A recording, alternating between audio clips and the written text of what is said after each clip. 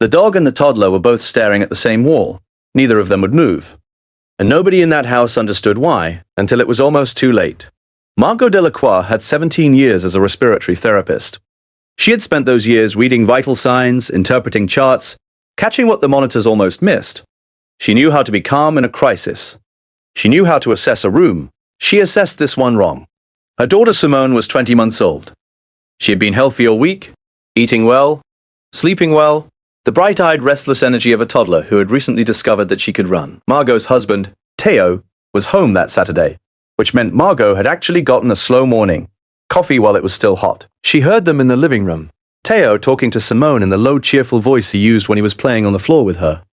She came round the corner and stopped. Simone was sitting in her red outfit, looking toward the far corner of the room, near the baseboard heating unit. Baxter, their 4-year-old golden retriever, was beside her, shoulder to shoulder, not lying down, sitting, both of them facing the same direction, neither moving. Theo was watching them from the doorway, with a slightly puzzled look he got when the dog did something he didn't have language for. "She's doing the pointing thing again," he said. "What pointing thing?" He pointed at the corner. Simone had her hand out, not extended, just raised, fingers loose, like she was acknowledging something.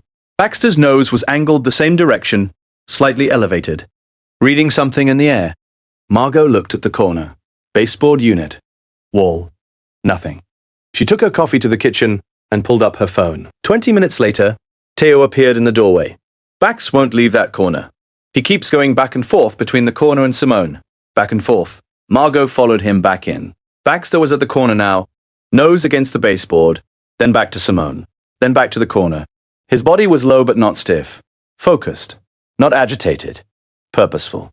Theo said he was doing this last night too. I didn't mention it. Last night, Margot looked at the corner again. Old house. Baseboard heat that hadn't been serviced in 3 winters. She made herself stop with the clinical brain excuses and think about what was actually in that corner. She called the gas company. If you stay for stories about what animals sense, before we do, you're in the right place. Subscribe so you don't miss the next one. The technician arrived in 40 minutes. He walked in with the handheld detector already running. He got to the hallway outside the living room and the unit beeped. He walked toward the corner Baxter had been showing them for 2 days and said with the flat professionalism of someone who found this more often than people realized, "You have a CO issue. Heat exchanger in this unit is cracked, has been leaking, slowly, at levels that build in lower air concentrations. Floor level, baby height, dog height." Theo looked at Simone. Simone was watching Baxter. The technician taped off the unit and called for a crew. He said with the same flat tone, "How long have you been in this room daily?" "Every morning," Margot said. 2 hours, maybe 3. He's been doing this for 2 days. 2 days at low-level CO in a room where a toddler was on the floor daily. She sat down on the sofa and didn't say anything for a long moment. Has your dog ever done something you couldn't explain until the explanation made you want to sit down? Tell us in the comments. These stories deserve to be heard. Dogs detect carbon monoxide through chemical compounds produced as it binds to hemoglobin in the local air environment. Changes in trace organic chemistry that the human olfactory system cannot process. At the concentrations that build from a cracked residential heat exchanger, a dog will often detect a shift in room air quality before any residential detector registers a threshold alert. Baxter had been trying to show them the corner for 48 hours. Simone had been sitting in that room, the technician said. Before he left, "You got lucky." Carbon monoxide at those concentrations building over that length of time, particularly in a toddler with a lower body weight. You're looking at neurological effects before any visible symptoms appear. Another 3 or 4 days of this. He didn't finish the sentence. He didn't need to.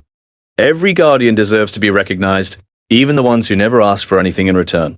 If stories like this matter to you, subscribe so you never miss the next one.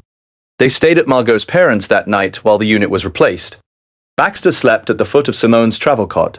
In the morning, Simone reached over the rail and put her hand on his back while he was still asleep. He didn't move. He let her keep it there. Margot watched from the door.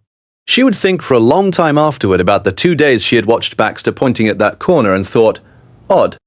Thought, the dog being strange again. The 2 days she had watched him go back and forth and chose to finish her coffee. She would think about the corner at floor level. Simone on her playmat. The air that sat low in a room where a toddler lived. The next story involves a rescue dog who changed his behavior the week before a family member's diagnosis.